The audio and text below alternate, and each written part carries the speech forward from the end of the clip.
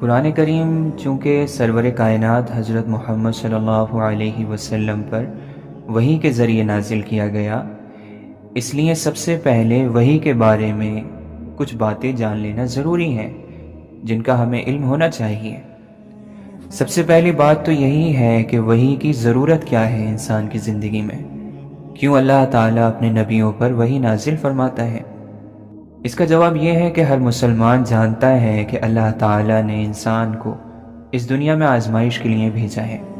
اور اس کے ذمے کچھ ذمہ داریاں ڈالی ہیں، اور وہ ذمہ داریاں ڈالنے کے بعد پوری کائنات کو انسان کی خدمت میں لگا دیا۔ لہٰذا دنیا میں آنے کے بعد انسان کے لیے دو کام بہت ضروری ہیں۔ ایک یہ کہ وہ اس کائنات سے اور اس میں پیدا کی ہوئی چیزوں سے ٹھیک ٹھیک کام لے، اور دوسرے یہ کہ اس کائنات کو استعمال کرتے ہوئے اللہ تعالیٰ کے حکموں کو اپنی نظر میں رکھے، ان کا لحاظ رکھے، اور کوئی ایسی حرکت نہ کرے جو اللہ تعالیٰ کی مرضی کے خلاف ہو۔ ان دونوں کاموں کے لیے انسان کو علم کی ضرورت ہے، نالج کی ضرورت ہے، اس لیے کہ جب تک اسے یہ معلوم نہ ہو کہ اس کائنات کی حقیقت کیا ہے، اس کی کون سی چیز کی کیا خاصیت ہے، ان چیزوں سے کس طرح فائدہ اٹھایا جا سکتا ہے، اس وقت تک وہ دنیا کی کوئی بھی چیز اپنے فائدے کے لیے استعمال ہی نہیں کر سکتا۔ اسی طرح جب تک اسے یہ معلوم نہ ہو کہ اللہ تعالیٰ کی مرضی کیا ہے، وہ کون سے کاموں کو پسند اور کن کو ناپسند فرماتا ہے،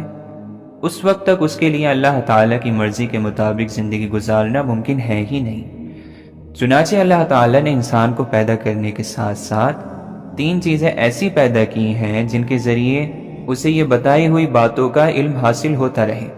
ایک انسان کے حواس یعنی اس کے سینسز، یعنی آنکھ، کان، منہ اور ہاتھ پاؤں، دوسرے عقل، اور تیسرے وحی۔ چنانچہ انسان کو بہت سی باتیں اپنے حواس کے ذریعے معلوم ہو جاتی ہیں، بہت سی عقل کے ذریعے، اور جو باتیں ان دونوں ذرائع سے یعنی میڈیم سے معلوم نہیں ہو سکتی، ان کا علم وحی کے ذریعے اسے دیا جاتا ہے۔ علم کے ان تینوں ذریعوں میں ترتیب کچھ ایسی ہے کہ ہر ایک کی خاص حد اور مخصوص دائرہ ہے جس کے آگے وہ کام نہیں دیتی۔ چنانچہ جو چیزیں انسان کو اپنے سینسز سے معلوم ہو جاتی ہیں، ان کا علم صرف عقل سے نہیں ہو سکتا۔ مثلا ایک دیوار کو آنکھ سے دیکھ کر آپ کو یہ علم ہو جاتا ہے کہ اس کا رنگ سفید ہے، لیکن اگر آپ اپنی آنکھوں کو بند کر کے صرف عقل کی مدد سے اس دیوار کا رنگ معلوم کرنا چاہیں تو یہ ناممکن ہے۔ اسی طرح جن چیزوں کا علم عقل کے ذریعے حاصل ہوتا ہے وہ صرف اپنے سینسز سے، اپنے حواس سے معلوم نہیں ہو سکتا۔ مثلا صرف آنکھوں سے دیکھ کر یا ہاتھوں سے چھو کر یہ پتہ نہیں لگا سکتے کہ اس دیوار کو کسی انسان نے بنایا ہے، بلکہ اس نتیجے تک پہنچنے کے لیے عقل کی ضرورت ہے۔ اس لیے جہاں تک ہمارے یہ پانچوں سینسز کام دیتے ہیں وہاں تک عقل کوئی رہنمائی نہیں کرتی، اور جہاں یہ ہمارے 5 سینسز جواب دے دیتے ہیں وہیں سے عقل کا کام شروع ہوتا ہے۔ لیکن اس عقل کی بھی ایک حد ہے، یہ بھی ایک محدود حد تک آپ کی رہنمائی کر سکتی ہیں، یہ بھی ایک جگہ جا کر رک جاتی ہیں، اور بہت سی باتیں ایسی ہیں جن کا علم نہ ہمارے سینسز کے ذریعے حاصل ہو سکتا ہے اور نہ عقل کے ذریعے۔ مثلا اسی دیوار کے بارے میں یہ معلوم کرنا کہ اس کو کس طرح استعمال کرنے سے اللہ تعالیٰ راضی اور کس طرح استعمال کرنے سے ناراض ہوگا، یہ نہ حواس کے ذریعے معلوم ہو سکتا ہے اور نہ عقل کے ذریعے اس کا معلوم کرنا ممکن ہے۔ اس قسم کے سوالات کا جواب انسان کو دینے کے لیے جو ذریعہ اللہ تعالیٰ نے مقرر فرمایا ہے اسی کا نام وحی ہے، اور اس کا طریقہ یہ ہوتا ہے کہ اللہ تعالیٰ اپنے بندوں میں اپنے نبیوں کو پیدا فرماتا ہے اور ان پر اپنا کلام نازل فرماتا ہے، اسی کلام کو وحی کہا جاتا ہے۔ اس سے صاف پتہ چل گیا کہ وحی انسان کے لیے وہ سب سے بلند ذریعہ ہے نالج کا، جو اس کی زندگی سے متعلق ان سوالات کا جواب دیتا ہے جو عقل اور حواس کے ذریعے حل نہیں ہو سکتے، لیکن ان کا علم حاصل کرنا اس کے لیے ضروری ہے۔ اس سے یہ بھی صاف پتہ چلتا ہے کہ صرف عقل اور ہماری آبزرویشن انسان کی رہنمائی کے لیے کافی نہیں، بلکہ اس کی ہدایت کے لیے اللہ تعالیٰ کی بھیجی ہوئی وحی ایک ایسنشیل چیز ہے۔ اور چونکہ بنیادی طور پر وحی کی ضرورت پیش ہی اس جگہ آتی ہے جہاں عقل کام نہیں دیتی، اس لیے یہ ضروری نہیں ہے کہ ہر وہ بات جو وحی کے ذریعے ہمیں بتائی جائے اس کو عقل سمجھ سکے، کیونکہ عقل کا کام اس سے پہلے ہی ختم ہو جاتا ہے، عقل کا لیول اس سے پیچھے کا ہے۔ تو اسی طرح جس طرح کسی چیز کا رنگ معلوم کرنا عقل کا کام نہیں بلکہ حواس کا کام ہے، اسی طرح بہت سی دینی باتوں کا علم عطا کرنا بھی عقل کے بجائے وحی کا کام ہے، اور ان کو حاصل کرنے کے لیے صرف عقل پر بھروسہ کرنا درست نہیں۔ اب یہ بات اس شخص کے لیے نہیں ہے جو شخص معاذ اللہ تعالیٰ کے وجود ہی کا قائل نہ ہو، اس سے تو وحی کے مسئلے پر بات کرنا بالکل بے فائدہ ہے، لیکن جو شخص اللہ تعالیٰ کے وجود اور اس کی قدرت کاملہ پر ایمان رکھتا ہے، اس کے لیے وحی کی عقلی ضرورت اور اس کے وجود کو سمجھنا کچھ مشکل نہیں۔ اگر آپ اس بات پر ایمان رکھتے ہیں کہ یہ کائنات ایک قادر مطلق نے پیدا کی ہے، وہی اس کے کنیکٹڈ اور پرفیکٹ نظام کو اپنی حکمت بالغہ سے چلا رہا ہے، اور اسی نے انسان کو کسی خاص مقصد کے تحت یہاں بھیجا ہے، تو پھر یہ کیسے ممکن ہے کہ اس نے انسان کو پیدا کرنے کے بعد اسے بالکل اندھیرے میں چھوڑ دیا ہو اور اسے یہ تک نہ بتایا ہو کہ وہ کیوں اس دنیا میں آیا ہے، یہاں اس کی ذمہ داریاں کیا ہیں، اس کی منزل مقصود کیا ہے جہاں تک اسے پہنچنا ہے، وہ کس طرح اپنے لائف گول کو حاصل کر سکتا ہے۔ کیا کوئی شخص جس کے ہوش اور حواس سلامت ہو ایسا کر سکتا ہے کہ اپنے کسی نوکر کو ایک خاص مقصد کے تحت کسی سفر پر بھیج دے اور اسے نہ چلتے وقت سفر کا مقصد بتائے اور نہ بعد میں کسی پیغام کے ذریعے اس پر یہ واضح کرے کہ اسے کس کام کے لیے بھیجا گیا ہے اور سفر کے دوران اس کی ڈیوٹی کیا ہوگی؟ جب ایک معمولی عقل انسان بھی ایسی حرکت نہیں کر سکتا تو آخر اس خدا بند قدوس کے بارے میں یہ تصور کیسے کیا جا سکتا ہے جس کی قدرت اور حکمت سے کائنات کا یہ سارا نظام چل رہا ہے؟ یہ آخر کیسے ممکن ہے کہ جس ذات نے چاند، سورج، آسمان، زمین، ستاروں اور سیاروں کا حیرت میں ڈال دینے والا، عقلوں کو حیران کر دینے والا نظام پیدا کیا ہو،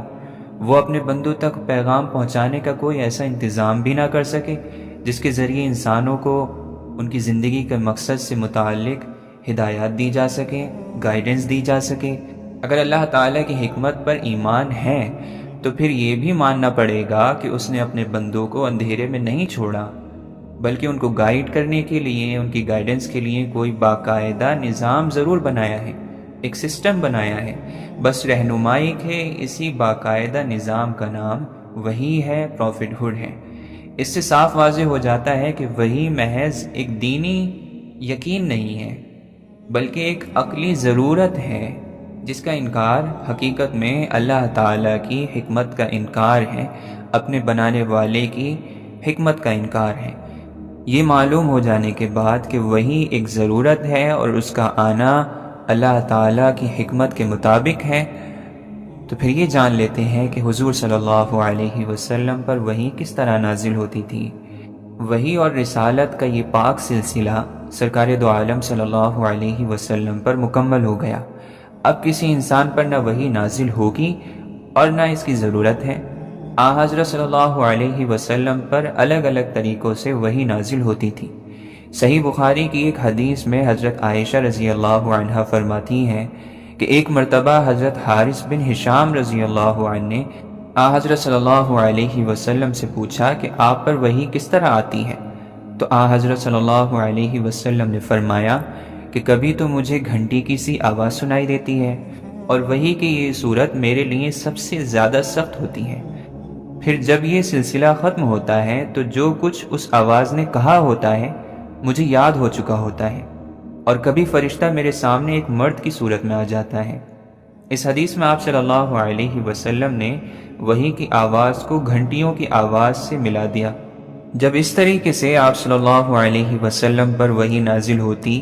تو آپ صلی اللہ علیہ وسلم پر بہت زیادہ بوجھ پڑتا تھا۔ حضرت عائشہ رضی اللہ عنہا اسی حدیث کے آخر میں فرماتی ہیں کہ میں نے سخت جاڑوں کے دن میں آپ صلی اللہ علیہ وسلم پر وحی نازل ہوتے ہوئے دیکھا ہے۔ ایسی سردی میں بھی جب وحی کا سلسلہ ختم ہوتا تو آپ صلی اللہ علیہ وسلم کی مبارک پیشانی پر پسینہ بہتا ہوتا تھا۔ ایک اور روایت میں حضرت عائشہ رضی اللہ عنہا بیان فرماتی ہیں کہ جب آپ صلی اللہ علیہ وسلم پر وحی نازل ہوتی تو آپ صلی اللہ علیہ وسلم کی سانس رکنے لگتی، چہرہ مبارک بالکل بدل جاتا، کھجور کی شاخ کی طرح زرد پڑ جاتا، سامنے کے دانت سردی سے کپکپانے لگتے، اور آپ صلی اللہ علیہ وسلم کو اتنا پسینہ آتا کہ اس کے قطرے موتیوں کی طرح ڈھلکنے لگتے تھے۔ وحی کی اس کیفیت میں بعض مرتبہ اتنی سختی پیدا ہو جاتی کہ آپ صلی اللہ علیہ وسلم جس جانور پر اس وقت سوار ہوتے وہ آپ صلی اللہ علیہ وسلم کے بوجھ سے دب کر بیٹھ جاتا، اور ایک مرتبہ آپ صلی اللہ علیہ وسلم نے اپنا پاکیزہ سر حضرت زید بن ثابت رضی اللہ عنہ کے زانوں پر یعنی ران پر رکھا ہوا تھا کہ اسی حالت میں وحی نازل ہونی شروع ہو گئی۔ اس سے حضرت زید رضی اللہ عنہ کی ران پر اتنا بوجھ پڑا کہ وہ فرماتے ہیں کہ قریب تھا کہ وہ ٹوٹ جائے۔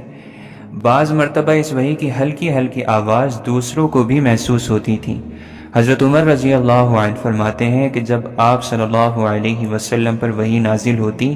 تو آپ صلی اللہ علیہ وسلم کے چہرہ مبارک کے قریب شہد کی مکھیوں کی بھنبھناہٹ جیسی آواز سنائی دیتی تھی۔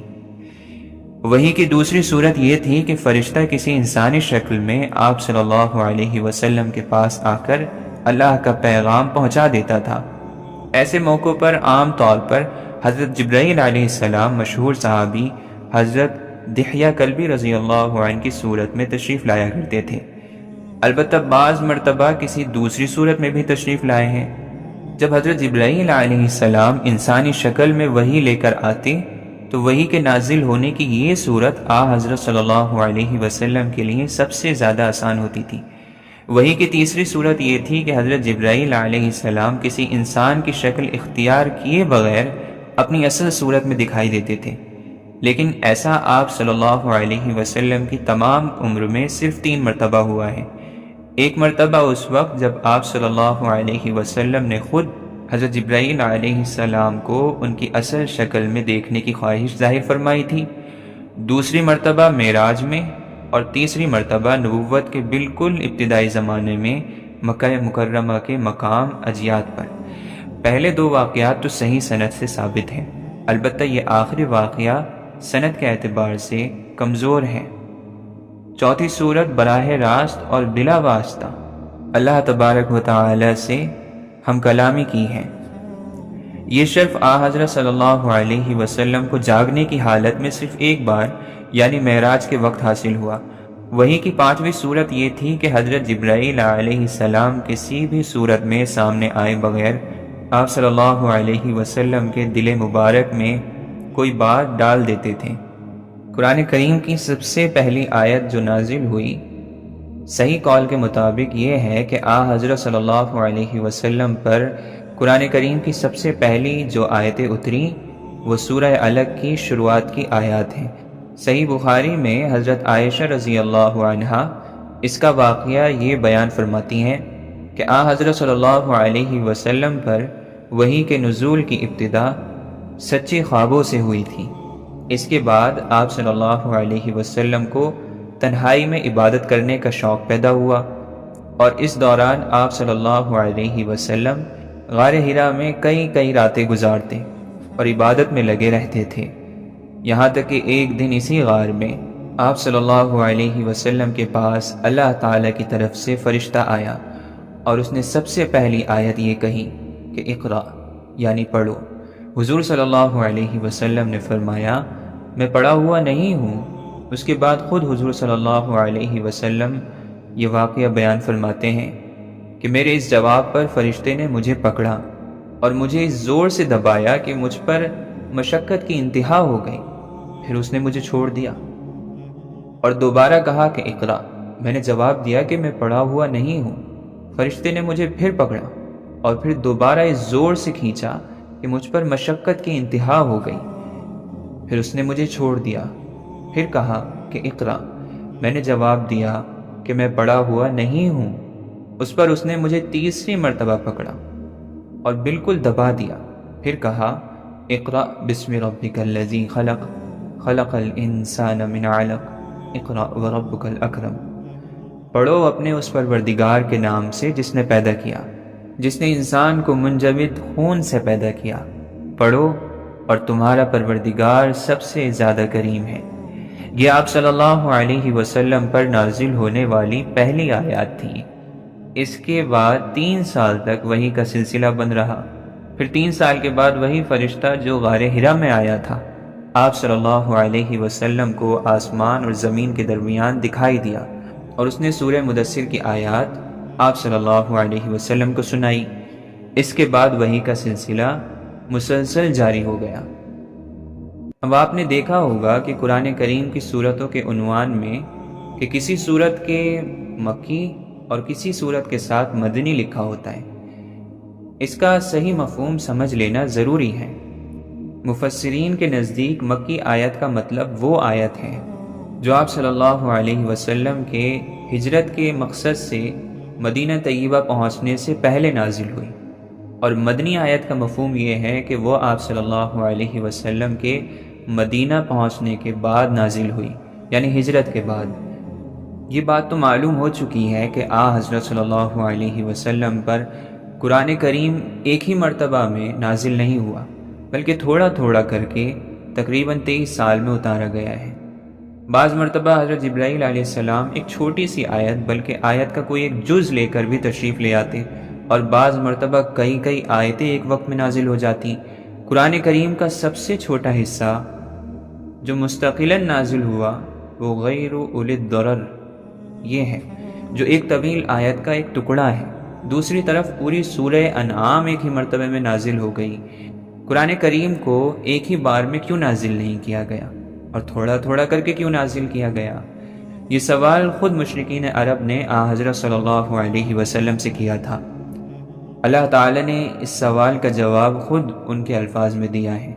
وقال الذين كفروا لولا نزل عليه القرآن جملة واحدة كذلك لنثبت به فؤادك ورتلناه ترتيلا ولا يأتونك بمثل إلا جئناك بالحق وأحسن تفسيرا، جس کا ترجمہ یہ ہے کہ کافروں نے کہا کہ آپ پر قرآن ایک ہی دفعہ کیوں نازل نہیں کیا گیا؟ اسی طرح ہم نے قرآن کو تھوڑا تھوڑا کر اتارا تاکہ ہم آپ صلی اللہ علیہ وسلم کے دل کو مطمئن کر دیں، اور ہم نے اس کو رفتہ رفتہ پڑھا ہے، اور وہ کوئی بات آپ کے پاس نہیں لائیں گے مگر ہم آپ صلی اللہ علیہ وسلم کے پاس حق لائیں گے اور اس کی عمدہ تفسیر پیش کریں گے۔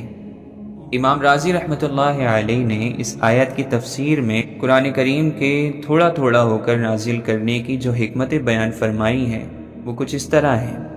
آپ فرماتے ہیں کہ اگر پورا قرآن ایک دفعہ نازل ہو جاتا تو تمام احکام کی پابندی فوراً لازم ہو جاتی، اور یہ اس حکمت سے بھرے ہوئے نزول کے طریقے کے خلاف ہوتا جس کا آپ صلی اللہ علیہ وسلم کی شریعت میں لحاظ رکھا گیا ہے۔ دوسری وجہ یہ ہے کہ حضرت صلی اللہ علیہ وسلم کو اپنی قوم کی طرف سے ہر روز نئی تکلیفیں برداشت کرنی پڑتی تھیں۔ جبرائیل علیہ السلام کا بار بار قرآن کریم لے کر آنا ان تکلیفوں کے مقابلے کو آسان بنا دیتا تھا، اور آپ صلی اللہ علیہ وسلم کے دل کی طاقت کا سبب بنتا تھا۔ تیسری وجہ یہ بتاتے ہیں کہ قرآن کریم کا ایک بڑا حصہ لوگوں کے سوالات کے جواب اور مختلف واقعات سے متعلق ہے، اس لیے ان آیتوں کا نزول اس وقت ہی مناسب تھا جس وقت وہ سوال پیدا ہوتے تھے یا وہ واقعات پیش آتے تھے۔ اس سے مسلمانوں کی بصیرت بڑھتی تھی، ان کا ویژن کلیئر ہوتا تھا، اور قرآن کریم کی غیبی خبریں بیان کرنے سے اس کی حقانیت اور اس کا سچ ہونا، حق ہونا زیادہ سامنے آتا تھا۔ قرآن کریم کی آیتیں 2 قسم کی ہیں۔ ایک تو وہ آیتیں ہیں جو اللہ تعالیٰ نے خود سے نازل فرمائیں، کوئی خاص واقعہ یا کسی کا کوئی سوال وغیرہ ان کے نزول کا سبب نہیں بنا۔ دوسری آیات ایسی ہیں کہ جن کا نزول کسی خاص واقعے کی وجہ سے یا کسی سوال کے جواب میں ہوا، جسے ان آیتوں کا پس منظر کہنا چاہیے۔ یہ پس منظر مفسرین کی اصطلاح میں سبب نزول کہلاتا ہے یا شان نزول کہلاتا ہے۔ مثلا سورہ بقرہ کی آیت لا تنکحوا المشرکات حتی یؤمن ولأمۃ مؤمنۃ خیر من مشرکۃ ولو اعجبتکم، مشرک عورتوں سے نکاح نہ کرو جب تک کہ وہ ایمان نہ لے آئیں، اور بلا شبہ ایک مومن کنیز ایک مشرکہ سے بہتر ہے، خواہ مشرکہ تمہیں پسند ہو۔ یہ آیت ایک خاص واقعے میں نازل ہوئی تھی۔ جاہلیت کے زمانے میں حضرت مرثد بن ابی مرثد رضی اللہ عنہ کے عناق نامی ایک عورت سے تعلقات تھے۔ اسلام لانے کے بعد یہ مدینہ طیبہ چلے آئے اور وہ عورت مکہ مکرمہ میں رہ گئی۔ ایک مرتبہ حضرت مرثد رضی اللہ عنہ کسی کام سے مکہ مکرمہ تشریف لے گئے تو اسی عورت عناق نے انہیں گناہ کی دعوت دی۔ حضرت مرثد رضی اللہ عنہ نے صاف انکار کر کے فرمایا کہ اسلام میرے اور تمہارے درمیان حائل ہو چکا ہے، لیکن اگر تم چاہو تو میں حضرت صلی اللہ علیہ وسلم سے اجازت کے بعد تم سے نکاح کر سکتا ہوں۔ مدینہ طیبہ تشریف لا کر حضرت مرثد رضی اللہ عنہ نے آپ صلی اللہ علیہ وسلم سے نکاح کی اجازت چاہی اور اپنی پسندیدگی کا اظہار کیا۔ اس پر یہ آیت نازل ہوئی، اور اس آیت میں مشرک عورتوں سے نکاح کرنے کو منع کر دیا گیا۔ تو یہ واقعہ اس آیت کا شان نزول کہلائے گا یا سبب نزول کہلائے گا۔ قرآن کریم کی تفسیر میں شان نزول نہایت اہمیت رکھتی ہے۔ بہت سی آیتوں کا مفہوم اس وقت تک صحیح طور سے سمجھ میں نہیں آ سکتا جب تک ان کا نزول سمجھ میں نہ آئے۔ قرآن کریم چونکہ ایک ہی دفعہ پورے کا پورا نازل نہیں ہوا، بلکہ اس کی الگ الگ آیات ضرورت اور حالات کے مطابق نازل ہوتی جا رہی تھیں، اس لیے آپ صلی اللہ علیہ وسلم کے رسالت کے زمانے میں یہ ممکن نہیں تھا کہ شروع ہی سے اسے ایک کتاب کی شکل میں لکھ کر محفوظ کر لیا جائے۔ چنانچہ ابتدائی اسلام میں قرآن کریم کی حفاظت کے لیے سب سے زیادہ زور حافظے پر دیا گیا، اسے یاد کرنے پر۔ شروع میں جب وحی نازل ہوتی تو آپ صلی اللہ علیہ وسلم اس کے الفاظ کو اسی وقت دہرانے لگتے تھے تاکہ وہ اچھی طرح یاد ہو جائیں۔ اس پر سورہ قیامہ کی آیات میں اللہ تعالی نے آپ صلی اللہ علیہ وسلم کو ہدایت فرمائی کہ قرآن کریم کو یاد رکھنے کے لیے آپ صلی اللہ علیہ وسلم کو وحی نازل ہوتے وقت جلدی الفاظ دہرانے کی ضرورت نہیں۔ اللہ تعالیٰ خود آپ میں ایسا حافظہ پیدا فرما دیں گے کہ ایک مرتبہ نازل ہوئی وحی آپ صلی اللہ علیہ وسلم کو ہمیشہ کے لیے یاد رہے گی اور پھر آپ اسے نہیں بھولیں گے۔ چنانچہ یہی ہوا کہ ادھر آپ پر آیات قرآنی نازل ہوتی اور ادھر وہ آپ صلی اللہ علیہ وسلم کو یاد ہو جاتی۔ اس طرح سرکار دو عالم صلی اللہ علیہ وسلم کا سینہ مبارک قرآن کریم کے لیے سب سے محفوظ جگہ بن گئی، جس میں کسی ادنی غلطی یا ترمیم یا تغیر کا امکان ہی نہیں تھا، کوئی چانس ہی نہیں تھا۔ پھر آپ مزید احتیاط کے طور پر ہر سال رمضان کے مہینے میں حضرت جبرائیل علیہ السلام کو قرآن سنایا کرتے تھے، اور جس سال آپ صلی اللہ علیہ وسلم اس دنیا سے گئے، اس سال آپ صلی اللہ علیہ وسلم نے 2 مرتبہ حضرت جبرائیل علیہ السلام کے ساتھ دور کیا۔ پھر آپ صلی اللہ علیہ وسلم صحابہ کرام رضی اللہ عنہم اجمعین کو قرآن کریم کے معنی کی تعلیم ہی نہیں دیتے تھے، بلکہ انہیں اس کے الفاظ بھی یاد کراتے تھے، اور خود صحابہ کرام رضی اللہ عنہم اجمعین کو قرآن کریم سیکھنے اور اسے یاد رکھنے کا اتنا شوق تھا کہ ہر شخص اس معاملے میں دوسرے سے آگے بڑھنے کی فکر میں رہتا تھا۔ بعض عورتوں نے اپنے شوہروں سے سوائے اس کے کہ کوئی مہر طلب نہیں کیا کہ وہ انہیں قرآن کریم کی تعلیم دیں گے۔ سینکڑوں صحابہ کرام نے اپنے آپ کو ہر غم سے آزاد کر کے اپنی زندگی اسی کام کے لیے وقف کر دی تھی۔ وہ قرآن کریم کو نہ صرف یاد کرتے تھے بلکہ راتوں کو نماز میں اسے دہراتے رہتے تھے۔ حضرت عبادہ بن صامت رضی اللہ عنہ فرماتے ہیں کہ جب کوئی شخص ہجرت کر کے مکہ مکرمہ سے مدینہ طیبہ آتا تو آپ صلی اللہ علیہ وسلم اسے ہم انصاریوں میں سے کسی کے حوالے فرما دیتے تاکہ وہ اسے قرآن سکھائے، اور مسجد نبوی صلی اللہ علیہ وسلم میں قرآن کریم سیکھنے سکھانے والوں کی آوازوں کا اتنا شور ہونے لگا کہ رسول اللہ صلی اللہ علیہ وسلم کو یہ تاکید فرمانی پڑی کہ اپنی آوازیں پست کرو تاکہ کوئی غلطی پیش نہ آئے۔ چنانچہ تھوڑی ہی مدت میں صحابہ کرام رضی اللہ عنہم اجمعین کی ایک ایسی بڑی جماعت تیار ہو گئی جسے قرآن کریم بہت اچھے سے حفظ تھا۔ اس جماعت میں خلفائے راشدین کے علاوہ حضرت طلحہ رضی اللہ عنہ، حضرت سعد، حضرت ابن مسعود، حضرت حذیفہ بن یمان، حضرت سالم مولا ابی حذیفہ، حضرت ابو ہریرہ، حضرت عبداللہ بن عمر، حضرت عبداللہ بن عباس، حضرت عمرو بن عاص، حضرت عبداللہ بن عمرو، حضرت معاویہ، حضرت عبداللہ بن زبیر، حضرت عبداللہ بن سائب، حضرت عائشہ، حضرت حفصہ، حضرت ام سلمہ رضی اللہ عنہم اجمعین وغیرہ خاص طور پر قابل ذکر ہیں۔ ابتدائی اسلام میں زیادہ زور قرآن کے حفظ پر ہی دیا گیا، اور اس وقت کے حالات میں یہی طریقہ زیادہ محفوظ اور قابل اعتماد تھا، اس لیے کہ اس زمانے میں لکھنے پڑھنے والوں کی تعداد بہت کم تھی، کتابیں پبلش کرنے کے لیے کوئی ذرائع موجود نہ تھے، اس لیے اگر صرف لکھنے پر اعتماد کیا جاتا تو نہ قرآن کریم کی وسیع پیمانے پر اشاعت ہو سکتی اور نہ اس کی قابل اعتماد حفاظت۔ اس کے بجائے اللہ تعالیٰ نے عرب والوں کو حافظے کی ایسی طاقت عطا فرما دی تھی کہ ایک ایک شخص ہزاروں اشعار کا حافظ ہوتا تھا، اور معمولی دیہاتوں کو اپنے اور اپنے خاندان ہی کے نہیں، ان کے گھوڑوں تک کے نسب نامے یاد ہوتے تھے۔ اس لیے قرآن کریم کی حفاظت میں اسی قوت حافظہ سے کام لیا گیا، اور اسی کے ذریعے قرآن کریم کی آیات اور سورتیں عرب کے گوشے گوشے میں پہنچ گئیں۔ قرآن کریم کو حفظ کرانے کے علاوہ حضرت صلی اللہ علیہ وسلم نے قرآن کریم کو لکھوانے کا بھی خاص اہتمام فرمایا۔ حضرت زید بن ثابت رضی اللہ عنہ فرماتے ہیں کہ میں آپ صلی اللہ علیہ وسلم کے لیے وحی کے لکھنے کا کام کرتا تھا۔ جب آپ صلی اللہ علیہ وسلم پر وحی نازل ہوتی تو آپ صلی اللہ علیہ وسلم کو سخت گرمی لگتی،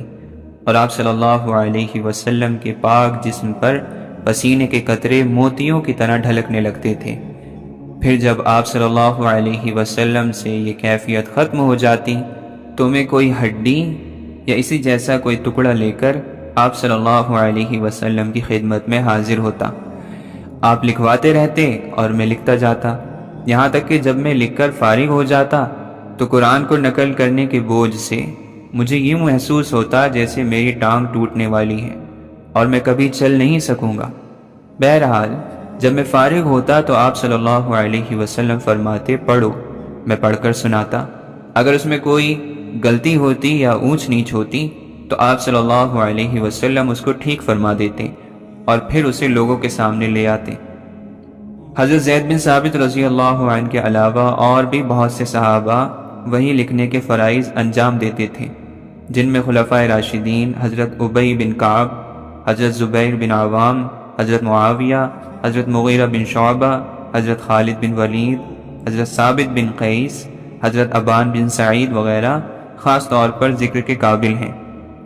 حضرت عثمان رضی اللہ عنہ فرماتے ہیں کہ حضرت صلی اللہ علیہ وسلم کا معمول یہ تھا کہ جب قرآن کریم کا کوئی حصہ نازل ہوتا تو وہی لکھنے والے کو یہ ہدایت بھی فرما دیتے تھے کہ اسے فلاں صورت میں فلاں آیت کے بعد لکھا جائے۔ اس زمانے میں چونکہ عرب میں کاغذ کم تھا، اس لیے یہ آیت قرآنی زیادہ تر پتھر کی سلوں، چمڑے کے پارچوں، کھجور کی شاخوں، بانس کے ٹکڑوں، درخت کے پتوں اور جانوروں کی ہڈیوں پر لکھی جاتی تھی۔ البتہ کبھی کبھی کاغذ کے ٹکڑے بھی استعمال کیے گئے ہیں۔ اس طرح آپ صلی اللہ علیہ وسلم کے زمانے میں قرآن کریم کا ایک نسخہ تو وہ تھا جو حضرت صلی اللہ علیہ وسلم نے اپنی نگرانی میں لکھوایا تھا، اگرچہ وہ مرتب کتاب کی شکل میں نہیں تھا بلکہ الگ الگ پارچوں کی شکل میں تھا۔ اس کے ساتھ ہی بعض صحابہ کرام بھی اپنی یادداشت کے لیے قرآن کی آیتیں اپنے پاس لکھ لیتے تھے، اور یہ سلسلہ اسلام کے شروع کے دور سے ہی جاری تھا۔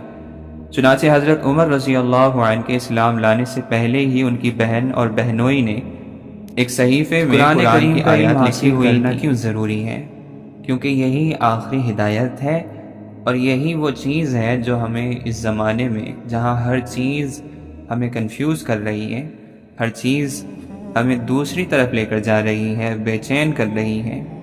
جبکہ ہمارے پاس ایک رہنمائی اور گائیڈنس موجود ہے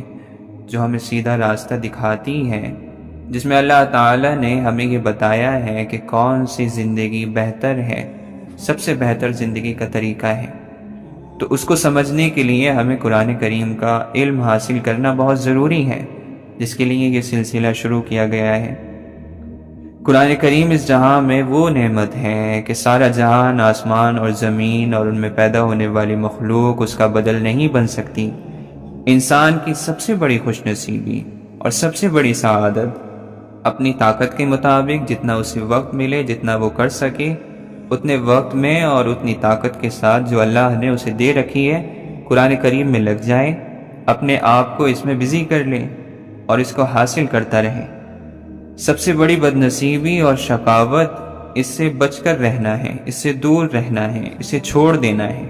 اس لیے ہر مسلمان کو اس کی فکر تو ضرور ہونی چاہیے، اس کا فرض ہے، اور یہ ضروری ہے کہ قرآن کریم کو لفظوں کی صحت کے ساتھ پڑھے، اولاد کو پڑھائے، یہ سب کوشش کریں اور اس کو سمجھنے کی کوشش کریں، اور پھر جس قدر ممکن ہو اس کے معنی، اس میں جو حکم اللہ تعالیٰ نے ہمیں بتائے ہیں ان کو سمجھنے کی کوشش کریں کہ اللہ تعالیٰ ہم سے کیا فرما رہا ہے، اللہ تعالیٰ ہم سے کیسی لائف ہم سے ڈیمانڈ کر رہا ہے، اور پھر جب وہ سمجھ میں آ جائیں،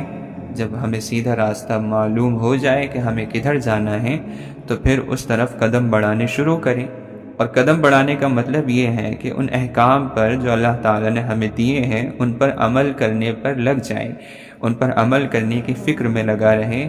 اور اس کے لیے کوشش کرتا رہیں، اور اس کو اپنی پوری عمر کا وظیفہ بنا لیں کہ اب جو میں نے سمجھا ہے اور جو میں نے قرآن کریم سے ہدایت لی ہے، جو اللہ تعالیٰ نے مجھے بتایا ہے، اس کو اپنی پوری زندگی بھر اپنی لائف میں اپلائی رکھوں گا اور اسی کے مطابق زندگی گزاروں گا، اور اپنے حوصلے اور ہمت کے مطابق ایسی زندگی کا جو بھی حصہ ہمیں نصیب ہو جائے اور جتنی بھی زندگی ہماری بچی ہوئی ہے اس میں قرآن کو داخل کر لے، قرآن کو شامل کر لے، اور اس کو اس جہان میں سب سے بڑی نعمت سمجھے، جیسا کہ یہ حقیقت میں ہمارے لیے سب سے بڑی نعمت ہے۔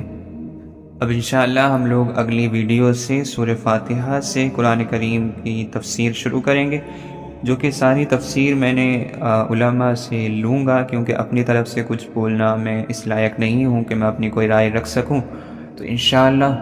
ہم قرآن کریم کے بڑے بڑے علماء اور مفسرین کی باتوں کو سمجھیں گے اور کوشش یہ کریں گے کہ آسان لفظوں میں جو آج کل کی زبان ہے ان لفظوں میں قرآن کریم کو سمجھ سکیں اور اپنی زندگی میں اس کو شامل کر سکیں۔ یہ سلسلہ انشاءاللہ جاری رہے گا، اور اس طرح سے ہم پورا انشاءاللہ اگر عمر رہی اور اللہ نے توفیق دی تو پورے قرآن کو کور کرنے کی کوشش کریں گے۔ جتنا بھی وقت لگے وہ آئندہ اللہ تعالیٰ جانتا ہے کتنا وقت لگے گا، لیکن آج کے زمانے میں مسلمانوں کو سب سے زیادہ ضرورت قرآن کریم کے سمجھنے کی ہے اور اس کے مطابق زندگی گزارنے کی ہے۔ اللہ تعالیٰ ہمیں اس کی توفیق دے اور زیادہ سے زیادہ ہمیں اس میں وقت لگانے کی توفیق دے۔